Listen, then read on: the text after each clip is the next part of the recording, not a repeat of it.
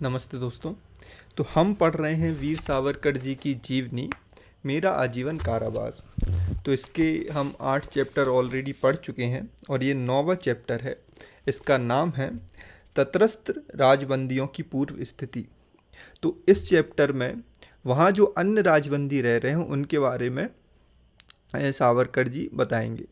हालांकि वो बोल रहे हैं कि वो जो भी उन्हें याद है, जो भी वो इस पुस्तक में लिख रहे हैं, वो उधर उन पर जो गुजरा है उसका शतांश भी नहीं है, लेकिन फिर भी उन्हें जितना जो कुछ याद है उस हिसाब से वो आपको बताने का प्रयास कर रहे हैं।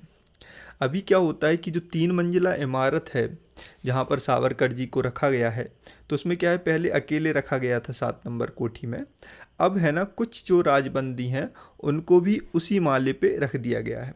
तो आते जाते किसी भी तरीके से थोड़ी बहुत बातचीत उनसे हो रही है और गुप्त सूत्रों से, गुप्तचरों से उधर की और अन्य जानकारियां सावरकर जी ले रहे हैं, जिसमें उनके जो बड़े भाई जो ऑलरेडी उस जेल में बंद हैं उनके बारे में भी वो पता लगाने का प्रयास कर रहे हैं। तो ये सब अब होने लगा है क्योंकि उधर अब दूसरे राजबंदी भी रहने के लिए आ गए हैं। तो अब जो इसका शीर्षक है उसका नाम है बम गोले वाले। तो क्या होता है कि अंडमान में प्रथमतः जो आधुनिक राजक्रांतिकारी गए थे उनमें मणिक तल्ला बगीचे के षड्यंत्र में सम्मिलित बंगाली सज्जन, उनके पीछे पीछे महाराष्ट्र में श्री गणेश पंत सावरकर और श्री वावनराव जोशी थे। उसके पीछे पीछे ही बंगाल के एक राजनीतिक डकैती के संबंध में 5-6 लोग आए थे। इन सभी राजबंदियों में 3 बंगालियों और 2 महाराष्ट्रियों को आजीवन काले पानी का दंड प्राप्त हुआ था। शेष बंगाली लोग 10 से 30 वर्षों तक के लिए दंड प्राप्त थे।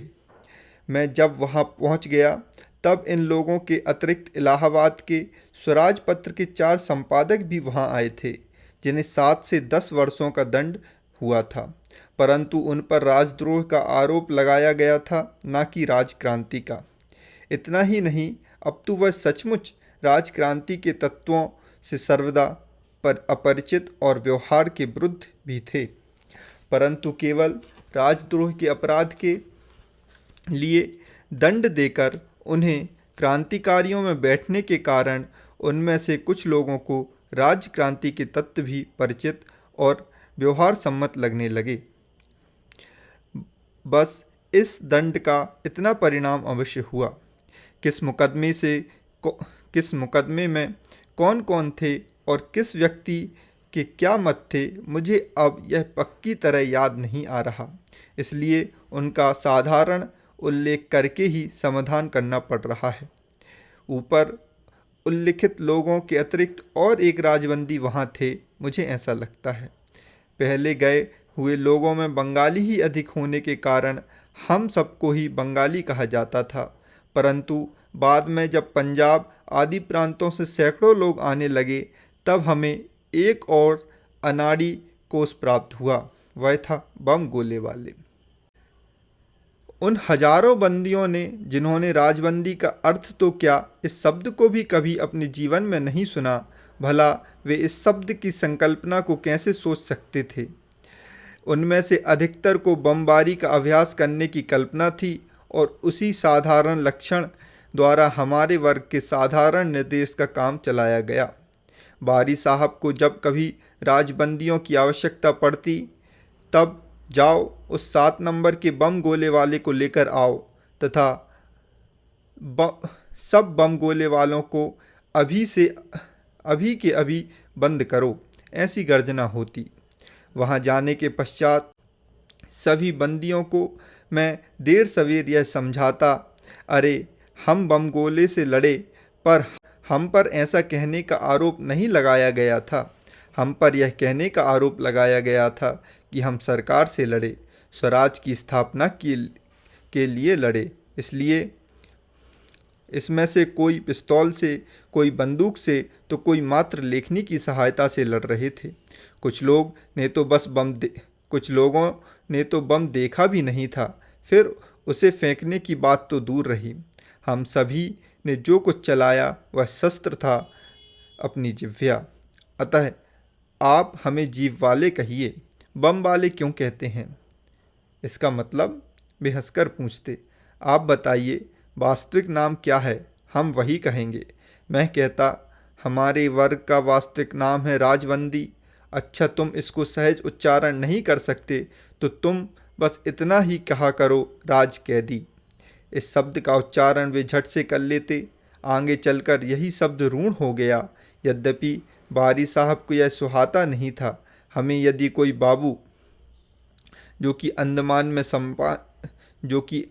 में सम्मान सूचक है, कहता तो बारी साहब चिल्लाते, कौन बाबू है साला, ये सब कैदी हैं। तो फिर जिन बारी साहब को अन्य बंदियों को जो पढ़ना लिखना जानते थे, बाबू संबोधित करने में कोई आपत्ति नहीं थी। केवल हम राजबंदियों को बाबू संबोधित करने पर आपत्ति थी। वे बारी साहब हमें राजबंदी अथवा राजकैदी थोड़ी ही संबोधित करने देंगे। मरते दम तक बारी साहब ने यही रट लगाई थी कि हम पॉलिटिकल प्रिजनर्स नहीं हैं। कोई बंदी उसके सामने राजकैदी कह देता तो साहब गरजते, हाँ यो, कौन राजकैदी? वो भी तुम्हारे माफक ही एक मामूली कैदी है। बदमाश कैदियों का डी टिकट देखता नहीं, बदमाश कैदियों का डी टिकट देखता नहीं तुम उनकी छाती पर? बदमाशों में महाबदमाशों को डी अर्थात डेंजरस अर्थ का अक्षर खोदकर कपड़ों पर लगाने के लिए हमें एक बिल्ला दिया जाता। तथापि प्रथम दिवस से अंतिम दिन तक बंदीगृह में मुझे सभी बड़े बाबू नाम से संबोधित करते थे। और स्वयं बारी साहब भी गलती से कई बार कहते, ए हवलदार, जाओ 7 नंबर के बड़े बाबू को बुला लाओ। उसी तरह जैसे जैसे हमारे उपदेश से बंदियों की समझ में राजनीतिक आंदोलन के मर्म का परिचय होता गया, वैसे वैसे वे स्वयं ही हमें राजकैदी के नाम से संबोधित करने लगे। इस शब्द में अत्यंत भूर्त राज स्वार्थ संघर्ष करने कि जिस विचार के कारण बारी साहब उनका नाम भी नहीं लेने देते, उसी विचार का ठोस उल्लेख बंदियों के चित्त पर अंकित हो। इसके लिए मैं सभी को यथासंभव यही उपदेश करता कि वे हमें उसी नाम से संबोधित करें। आखिर वही शब्द प्रचलित हो गया। बारी साहब को लेकर वरिष्ठ अधिकारियों तक सभी ने दावे के साथ 100 बार स्पष्ट करते हुए भी, तुम पॉलिटिकल प्रिजनर नहीं हो, साधारण पापी बंदी हो। आखिर हम पॉलिटिकल प्रिजनर ही सिद्ध हो गए। उसी तरह उनके लाख डराने धमकाने के बावजूद बंदीगृह से लेकर अंडमान की स्वतंत्र बस्तियों तक हमें राजकैदी के रूप में ही संबोधित किया जाने लगा। अगला शीर्षक है क्रूर देवता को भोग। मैंने ऊपर लिखा था कि मेरे अंडमान जाने से पहले जो राजबंदी वहां गए थे, उन्हें पहले एक ही भवन में इकट्ठा रखा गया था। उन पर एक पठान बंदीवान अधिकारी था। नारियल छीलकर निकाले हुए मोटे मोटे छिलके, उनमें नारियल का गोला मिलता है, सुखाकर उसको कूटना और उसमें से जटाएं या रेशे ठीक तरह से निकालकर उसे साफ करने का काम सौंपा जाता था। यह काम कठिन भी था, तथापि उतना कठिन नहीं था जितना कोल्हू में तेल निकालना। वास्तव में जिन बंदियों को पूरी तरह से अंग्रेजी स्पेलिंग भी नहीं आती थी, उन्हें भी इधर आते ही अथवा तनिक आगे लिखने का काम सौंपकर बापू के तौर पर बंदियों पर अधिकार दिया जाता था। परंतु राजबंदियों में से किसी को भी लिखने का काम नहीं दिया जाता। उन्हें इतने कठोर परिश्रम के काम दिए जाते हैं जो उन्होंने अपने जीवन में कभी नहीं किए। कदाचित उन्हें केवल स्पेलिंग लिखने से कई गुना अधिक अंग्रेजी का ज्ञान था। उसकी इस शिक्षा की न्यूनता के कारण हो सकता है वे लिखने का काम करने के लिए अपात्र समझे गए हों। तथापि काम भले ही कठोर परिश्रम का हो, पर जी तोड़ परिश्रम करते करते भी सभी एक साथ रह सकते थे। यही लाभ उन समाज प्रिय शिक्षित मनुष्यों को सुखद प्रतीत होता था। उनमें से एक दो जन रोगग्रस्त थे, जिनके कारण उन्हें दूध मिलता। वह दूध उस पठान अधिकारी को, जिसे उन पर नियुक्त किया जाता, भोग के रूप में गुपचुप चढ़ाए जाने के कारण वह क्रूर देवता भी थोड़ा बहुत कम उग्र प्रतीत होता। इन दोनों बातों के कारण कुल मिलाकर उस समय कारागृहवासी राजबंदियों की अवस्था कारागृह की तुलना में इतनी दुखद नहीं थी। मेरे अग्रज भी उसी भवन में रहा करते थे, परंतु कुछ महीने इस तरह बीतने के पश्चात कलकत्ता से निरीक्षणार्थ एक पुलिस अधिकारी अंडमान आया। उन्होंने जब देखा राजबंदी छिलका कूट रहे हैं और उन्हें थोड़ी दूरी पर किंतु एक साथ ही रखा गया है, तब उन्हें स्वाभाविक रूप से ही खेद हुआ कि बंदीशाला में भी मनुष्य के साथ इतनी मानवता का व्यवहार किया जाता है। उन्होंने अंडमान के अधिकारियों के कान ऐंठे और उन स्थानीय अनाड़ी अधिकारियों के मन में एक उच्च राजनीतिक तत्व का मर्म बैठाया कि यह बंदी किसी खूनी, डाकू, चोर जैसे सदाशय दयालु मानव नहीं है, अपितु ये राजबंदी महाबदमाश हैं। इनमें ऐसा व्यवहार किया जाए जिससे उनका घमंड चूर चूर हो जाए। कोल्हू। तब से वह व्यवस्था बदल गई। उन राजबंदियों को अलग अलग चालियों में अकेले अकेले ही बंद किया गया। यदि वे आपस में वार्तालाप करते तो बेड़ियां, हथकड़ियां आदि की जोरदार भरमार होने लगती। स्नान कुंड पर अथवा भोजनार्थ दूर बैठकर केवल ठीक है ना जैसे संकेत से कुशल पूछने पर भी 7-7 दिनों तक हथकड़ियां लगाकर रखना आदि दंड दिए जाने लगे।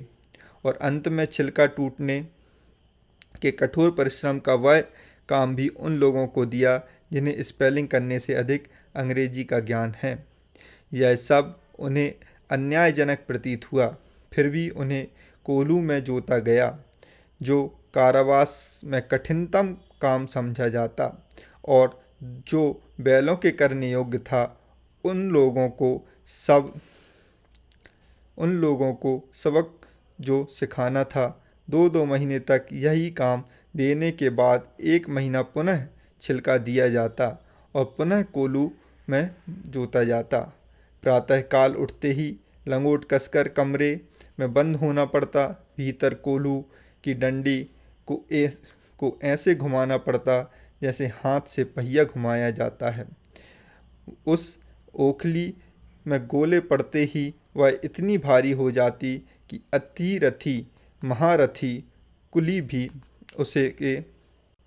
उसके 20 फेरे पूरे करते करते लुढ़क जाते। चोर डाकुओं को भी 20 से कम उम्र की सहायता इस काम में नहीं जोता जाता, परंतु अंडमान वैदिक शास्त्र के अनुसार राजबंदी का यही डांडी किसी भी उम्र में घुमा सकता है। इतनी शक्ति उस कोल्हू में पड़े नारियल पीसने को जुटानी पड़ती। इतने कठोर परिश्रम से अनजान और कोमल वय के थे। 20 की आयु के इधर उधर के सुकुमार शिक्षित नवयुवक राजबंदी सामान्यतः प्रातःकाल 10 बजे तक इस तरह सतत चक्कर घुमाते घुमाते सांस फूल जाती। किसी किसी का ही नहीं, प्रायः सभी का सिर चकराने से बार बार नीचे बैठना पड़ता। 10 बजे से नियमानुसार 2 घंटे काम बंद रखा जाता, परंतु कोल्हू का काम ऐसा नहीं था जिसमें अवरोध पड़ता। भोजन आते ही कमरा खोला जाता। बंदी के बाहर आकर दाल भात रोटी के साथ भीतर जाने के लिए मुड़ते ही दरवाज़ा बंद। यदि कोई हाथ धोकर पसीने से लथपथ शरीर साफ करने लगता तो उतना विलंब भी असहनीय होता। जमादार का अर्थात बंदियों में बदमाश, जिसे किसी ने अधिकारी बनाया हुआ होता, माँ बहनों को गाली बकना निश्चित था। हाथ धोने के लिए पानी कहाँ से मिलेगा? पीने के पानी के लिए भी जमादार की खुशामद करनी पड़ती है। क्योंकि कोल्हू का काम करते समय प्यास अधिक जोर से लगती है। पीने वाले पानी वाला पानी नहीं देता। किसी ने चोरी चोरी चुटकी भर तमाकू दी तभी वह पानी देता। जमादार को बताने पर वह गुर्राता, बंदी को 2 कटोरे पानी देने की आज्ञा है, तुम तो 3 पी चुके, और पानी अपने बाप के घर से लाओ। जमादार की वास्तविक भाषा का हमने सर्वदा सभ्य शिष्ट लोगों में अनुवादन किया। हाथ धोने के साथ हाथ धोने के तथा पीने के पानी की जहाँ यह अवस्था हो वहाँ स्नान का नाम क्या लेना। स्नान की बात क्यों, भोजन की भी यही अवस्था थी।